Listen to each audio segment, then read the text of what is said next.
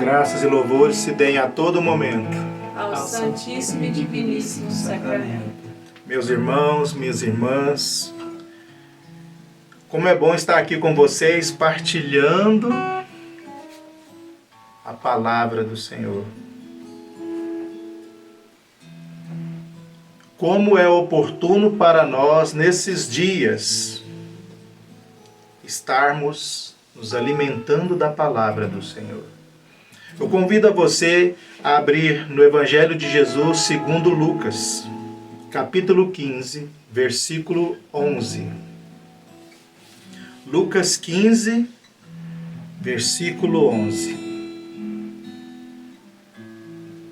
Se estivéssemos presencialmente, eu estaria agora brincando com vocês, né? Amém? Ou misericórdia? Como eu sei que todos estão afiados com a palavra, nós já vamos ler então, proclamando a palavra, a parábola do filho pródigo. Disse também, quem disse? Jesus. Um homem tinha 2 filhos. O mais moço disse ao pai: Meu pai, dá-me a parte da herança que me toca. O pai, então, repartiu entre eles os haveres. Poucos dias depois, ajuntando tudo que lhe pertencia, partiu o filho mais moço para um país muito distante.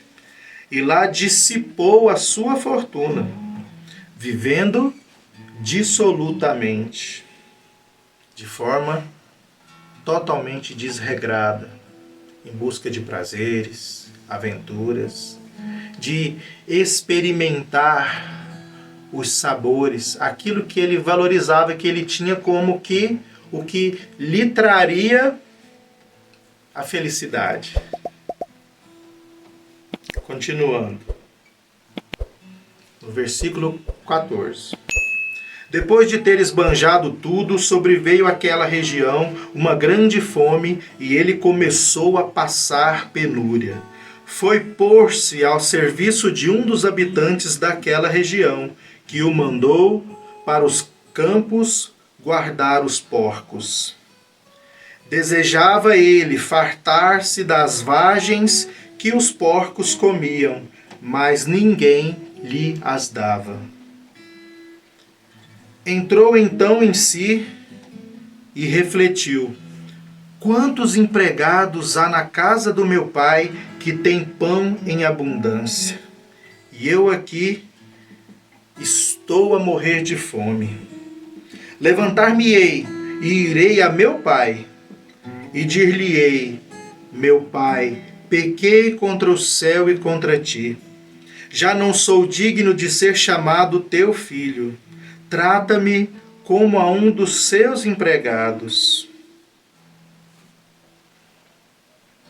Ele, percebendo a dificuldade em que havia se metido, em que havia entrado, ao ponto que ele havia chegado, e olha que não foi numa situação fácil, porque era exatamente o oposto daquilo que ele tinha como que a felicidade para si. As bebedeiras, as orgias, todos os prazeres. Lá no final, o próprio irmão, o final dessa palavra, o próprio irmão vai falar que ele gastou dinheiro com as meretrizes. E agora ele não tinha nem o que comer. Ele bolou um plano para tentar sair dessa situação. Versículo 19. Já não sou digno de ser chamado teu filho. Eu quero voltar a ler o discurso que ele preparou para o pai. Meu pai, pequei contra o céu e contra ti. Já não sou digno de ser chamado teu filho. Trata-me como a um dos teus empregados. Levantou-se, pois, e foi ter com o pai. Estava ainda longe, quando seu pai o viu e, movido de compaixão, correu-lhe ao encontro. lançou-se-lhe ao pescoço e o beijou. O filho lhe disse então, lembra que eu quis reler para a gente trazer na memória, ele não mudou nenhuma palavra, ele estava fixado no discurso. Quando ele vinha em caminho do seu pai, ele vinha com a intenção de fazer o seu discurso de arrependimento e pedir para que o pai, o tratando como que a um de seus empregados, lhe desse pelo menos o pão, que ali era abundante. Então, ele roda o mesmo discurso, mesmo não tendo percebido o que o pai fez por ele. Olha só o que a linguagem do pai. Olha a linguagem do pai. O pai estava na estrada esperando, talvez numa varanda, numa alpendre, ou até mesmo na porteira. Segundo a parábola, eles tinham uma fazenda. Então esse pai poderia estar aguardando ele na porteira todos os dias. Ele chega com o discurso e o pai, sem falar nada, corre ao seu encontro, se lança ao pescoço dele e o beija.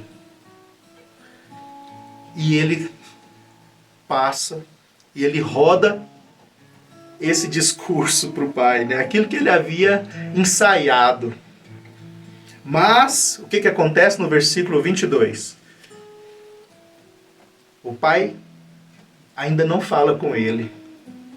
Mas, versículo 22, o pai falou aos servos: trazei-me depressa a melhor veste e vestilha, e ponde um anel no dedo e calçado nos pés. Trazei também um novilho gordo e matai-o. Comamos e façamos uma festa. Este meu filho estava morto e reviveu. Tinha-se perdido e foi achado. E começaram a festa. Palavra da salvação. Glória a vós, Senhor. Amém. Amém. Amém. Eu sou Marluz Rezende, casado com a Leidiane Rezende, minha esposa. Somos padrinhos do José Antônio. E nós somos um ministério de música, de pregação, de missão. E eles estão aqui comigo, né, para me auxiliar nesse momento com vocês.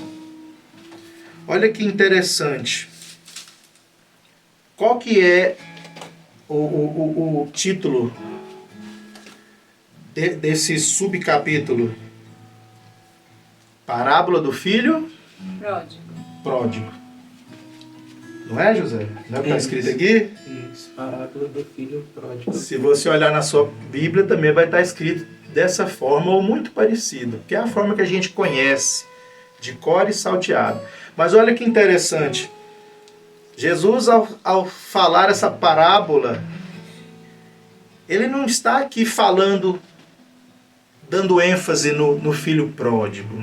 O ensinamento de Jesus, se você olha em todo o capítulo, você vai perceber o quê? Que o principal aqui não é o filho pródigo, mas o amor do pai, o pai amoroso.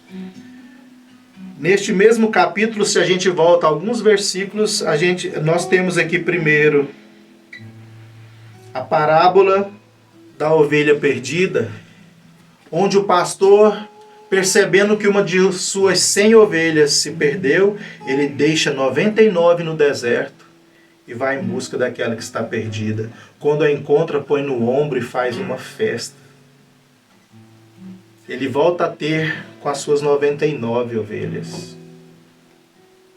Um pouco à frente também nós temos a parábola da moeda perdida, onde aquela mulher perde uma de suas moedas. São 10 moedas e ele perde uma. Ela perde uma. Varre a casa toda, tira tudo do lugar até encontrar. Quando encontra, chama as amigas para comemorarem porque encontraram aquela moeda perdida, né? Porque ela encontrou a moeda perdida. E a parábola do filho pródigo, o filho é reencontrado. O amor do pai é que se põe em evidência. Então eu costumo pensar que, na verdade, o protagonista é o pai. E os filhos são os coadjuvantes, né? Eles ajudam a construir a história. Mas o centro está no amor do pai.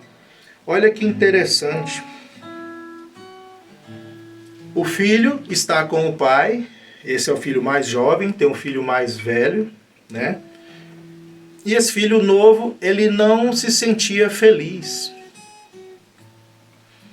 A ponto de querer receber a herança do pai. E naquele tempo, não diferente do tempo de hoje, para que você pudesse reclamar a sua herança, para um filho reclamar a herança, primeiro o pai teria que estar morto. É como se ele dissesse para o pai: meu pai, eu não estou feliz aqui.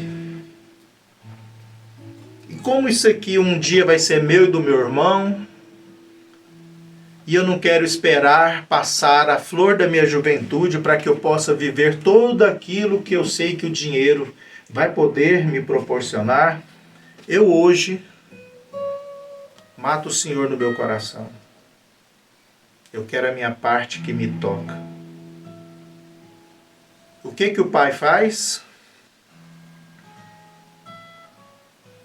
O pai, lá no versículo 12, o pai então repartiu entre eles os haveres. O pai, hora nenhuma, reclama. Ele faz, ele entrega, e o filho vai. E o filho vai e busca todos aqueles prazeres que a gente já leu aqui, e cai no fundo do poço. Vai cuidar de porcos. Analisando um pouco a cultura daquele tempo, com certeza Jesus estava pregando em uma comunidade de judeus para judeus. Então, possivelmente essa família também, essa família da parábola é de judeus. Judeu não comia carne de porco nesse tempo. Então não era comum que eles cultivassem essa cultura de criar porcos. Olha onde esse filho foi parar. Eles que tinham o porco como um animal impuro, imagina ele num chiqueiro cuidando de porcos. A gente sabe que um chiqueiro fede de longe e que ao se conviver ali, você acaba até trazendo esse cheiro para você. Ele desejava comer a comida dos porcos, as favas que os porcos comiam. E nem isso lhe era oferecido.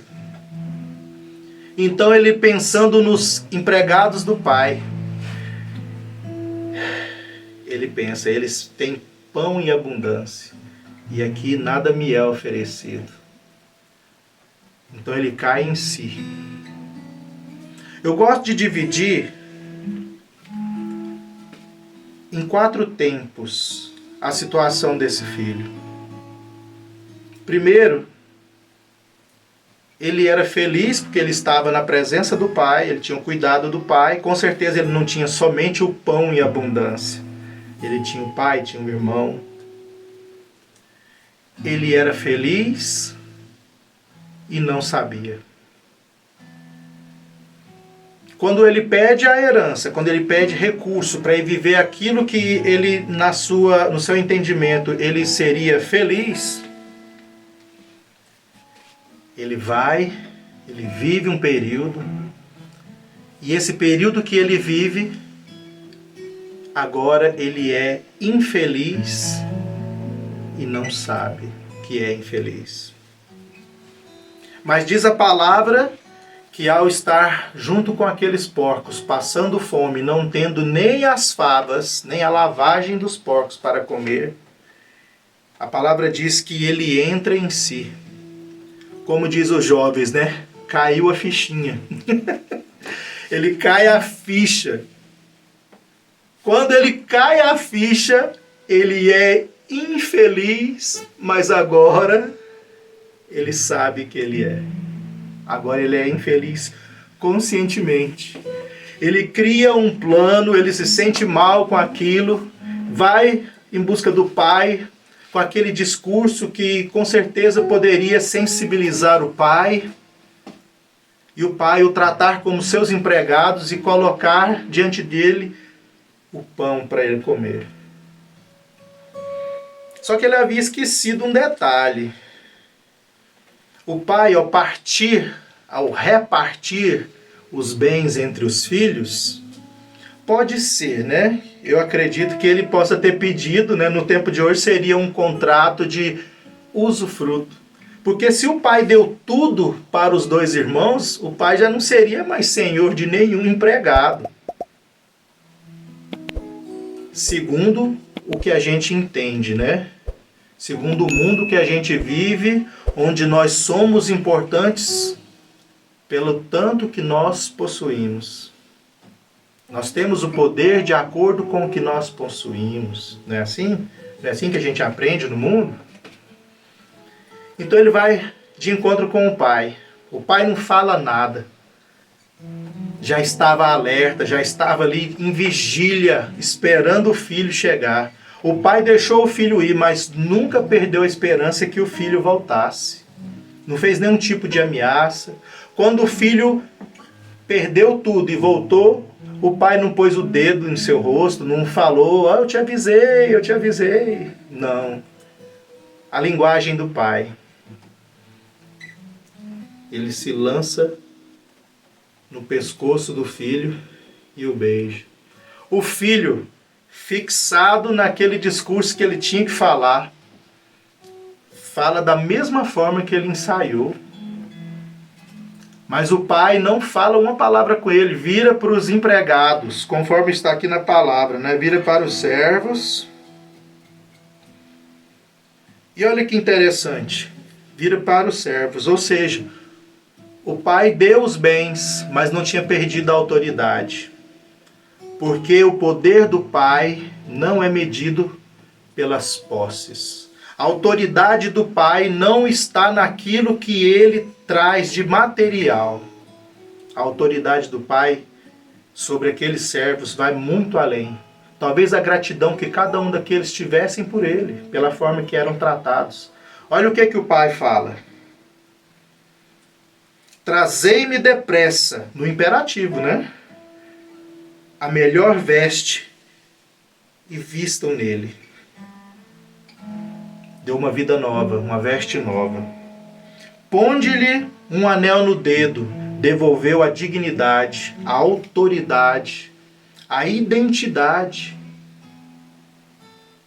No tempo dos monarcas, se trazia, até hoje, né, se a gente olha para o nosso Papa, que é o príncipe dos apóstolos, ele, que é da hierarquia de Pedro, ele tem um anel.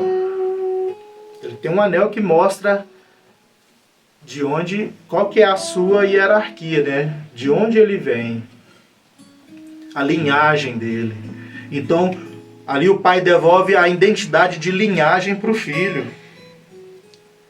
E calça os pés, ou seja, eu te protejo, eu te guardo, eu te conduzo novamente. Ele está falando isso para os servos, né?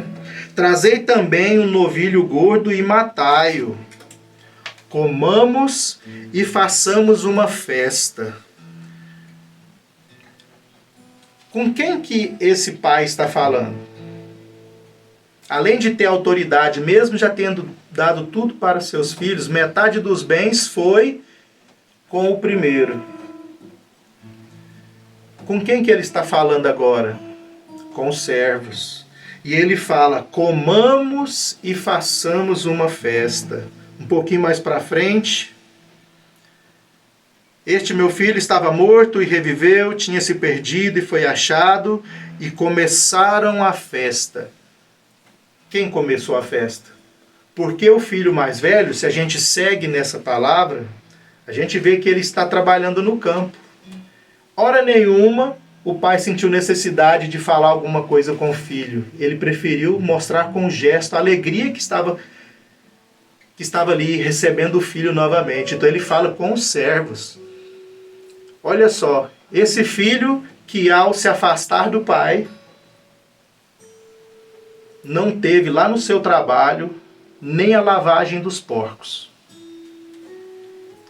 E o pai dele trata os servos como família. Comamos, façamos uma festa. O final do versículo 24 vem falar: e começaram a festa. Essa é a forma que o pai trata os servos. Imagine como o pai tratará esse filho que se perdeu e que voltou, que estava morto e voltou à vida. Observe a alegria desse pai que não quis falar nada com o filho. Poderia ter falado: oh, meu filho amado, que bom que você veio. Esperei você todos os dias. Olha a alegria desse pai. Esse pai que mandou vir o anel, as vestes, matar o novilho. Olha a alegria desse pai. Olha a autoridade desse pai. A tristeza que esse filho causou em seu coração ao abandoná-lo, ao tratá-lo como que morto, ao pedir a herança, não foi maior do que a alegria desse pai em rever o filho em caminho de casa. Assim é conosco, meus irmãos. Assim, muitas vezes, pode ser que nós estejamos numa situação que nos entristece, que talvez, não sabendo em que situação nós estamos vivendo, ou até caindo a ficha, né? Primeiro poderíamos estar na presença do Pai, eu me coloco nesse exemplo. Estávamos felizes e não sabíamos, né? Aí o filho foi para o mundo. Encantado com todos os falsos brilhos do mundo, que o inimigo dos homens nos oferece, ele era infeliz e não sabia. Ao cair a ficha, que pode ser a forma que estamos hoje, né? Pode ser. Nos descobrimos infelizes e conscientes disso. Mas olha só que bonito. Ao passar por tudo isso, ao termos esse desprendimento de irmos de encontro ao Pai que todos os dias espera por cada um de seus filhos, possamos entrar na quarta fase, na quarta e última fase, de estar felizes e conscientes na presença do Pai. O Senhor não quer perder nenhum dos filhos dele. É o que a palavra vem nos dizer, que de tal forma ele amou cada um de seus filhos espalhados pelo mundo, que ele deu seu próprio primogênito, Jesus Cristo, por cada um de nós. O Pai ama a cada um de nós. Mesmo que demoremos reconhecer e desejar esse amor, é como diz a oração de Santo Agostinho. Só o começo de cada bloco. Olha que maravilha. Santo Agostinho, que sua mãe, Santa Mônica, passou 30 anos da sua vida rezando para que aquele menino, aquele homem, né, saísse de uma vida de perdição, de bebedeira, de prostituição. Olha que parece com a história do filho pródigo. Santa Mônica rezou 30 anos pela conversão do seu filho, e aí a igreja ganha esse doutor, o Santo Agostinho. Ele já estava nesse caminho dentro da igreja de conversão, quando uma de suas antigas companheiras de farra o encontrou na rua e o chamou, né? E ele meio que não deu muita bola para ela. Eu acredito que ele cumprimentou ela e já foi passando adiante. Ela falou: o que é isso, Agostinho? Sou eu. Não lembra de mim? Sou eu, a mesma. Aí ele falou: mas eu não sou mais o mesmo. e de seus lábios saia essa linda oração para o Senhor. Tarde te amei, ó beleza tão antiga e tão nova. Tu estavas tão dentro de mim e eu fora. Mas tu chamaste, clamaste por mim, e teu grito rompeu minha surdez.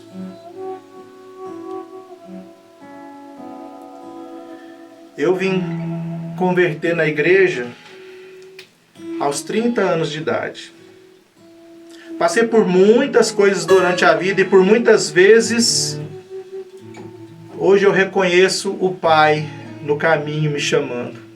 Quantas vezes o Senhor me amou, quantas vezes o Senhor me chamou, quantas vezes Ele se agarrou ao meu pescoço, me encheu de beijos, quantas vezes eu clamei ao Senhor e Ele me deu sinais do seu amor. Eu lembro de uma vez que eu acidentei, eu devia ter uns 20 anos de idade, eu acidentei, 22 anos mais ou menos. Eu estava viajando lá em Minas Gerais e na estrada nós batemos de frente com uma Blazer. Eu estava na Fiorino com um parceiro. Desse acidente morreu o meu parceiro, um casal e um bebê que estava na Blazer.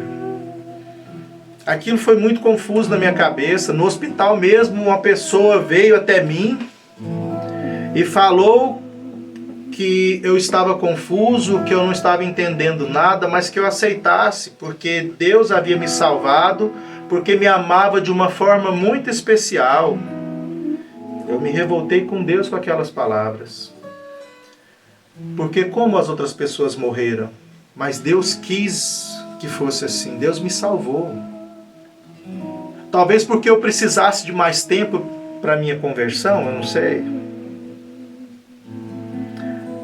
10 anos depois eu passo por um processo que eu estava querendo tirar minha própria vida com um revólver na mão, entrando para dentro do mato para tirar minha vida. Mas o Senhor não deixou, Ele mandou ali um anjo me resgatar naquele momento. E eu fui resgatado. Eu não entendia nada. Eu não tinha entrado para a igreja ainda, mas eu não entendia nada. Passou mais um tempo, eu passei por um outro processo de muita dor e eu tive uma depressão muito grande. E eu estava no banco, recebendo uma grande graça de Deus. E eu estava na fila, umas 3 horas da tarde, começou a vir uma melodia na minha cabeça, eu já estava na igreja. Começou a vir uma melodia e eu andava com o celular, eu gostava de gravar as melodias. Quando eu comecei a gravar a melodia, tudo sumiu. E eu comecei a ver duas montanhas e um pássaro estranho vinha em minha direção. Tinha um vale ao fundo, e aquele pássaro vinha e a melodia, eu cantando a melodia e gravando. Não era um pássaro, era uma Bíblia que vinha folheando, ou um livro. Eu creio que era a Bíblia porque condiz muito com o que está na palavra. E vinha folheando, parou na minha frente. E eu ali, 3 horas da tarde, chorando, na fila de um banco, comecei a ler e cantar essa canção. Ao te ver, te chamei pelo teu nome, te teci a minha imagem, te amei. Cada dia, cada passo em tua história, contemplava com ternura e esperei. Mas de mim você se afastou, levado a caminhos tão distantes. Se feriu e eu chorei também, pois de todas as criaturas você é a que eu mais quis. Sou teu Senhor, seu Pai, seu Criador. Sou teu Senhor, seu Deus, seu Salvador. Mares tornem-se desertos, as estrelas podem cair. Só não posso mais te ver tão triste assim. Sou teu Senhor, seu Pai, seu Criador. Sou teu Senhor, seu Deus, seu Salvador. Mares tornem-se desertos, as estrelas podem cair. Só não posso mais te ver, só não posso mais te ver, só não posso mais te ver longe de mim. Volta pra mim, meu filho, volta pra mim.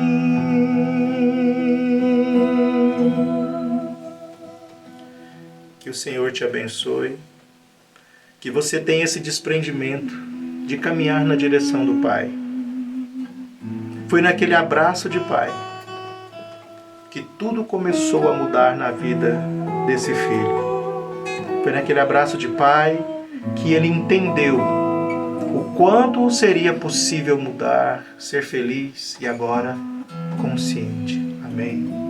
Glórias ao Pai, ao Filho e ao Espírito Santo. Como era no princípio, agora e sempre. Amém. Amém.